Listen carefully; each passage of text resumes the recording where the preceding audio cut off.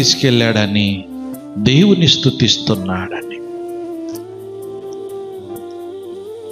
కుమారులు, కుమార్తెలు, వారికి ఆస్తి అవన్నీ కూడా కోల్పోయాడు. కోల్పోయినా ఆయన ఏం చేస్తున్నాడంటే దేవుణ్ణి స్తుతిస్తున్నాడు. మనం అనుకోవచ్చు, అయ్యా సర్వం కోల్పోయిన తర్వాత ఇంకా దేవుని స్తుతించడం ఏంటిది?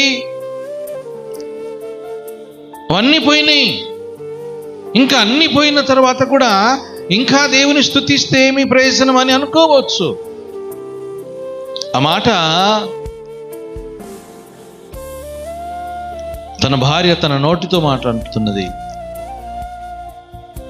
అవన్నీ పోయినాయి కదా, ఇంకా ఎందుకు స్తుతిస్తున్నావయ్యా? ఇంకా ఎందుకు నువ్వు స్తుతిస్తున్నావు?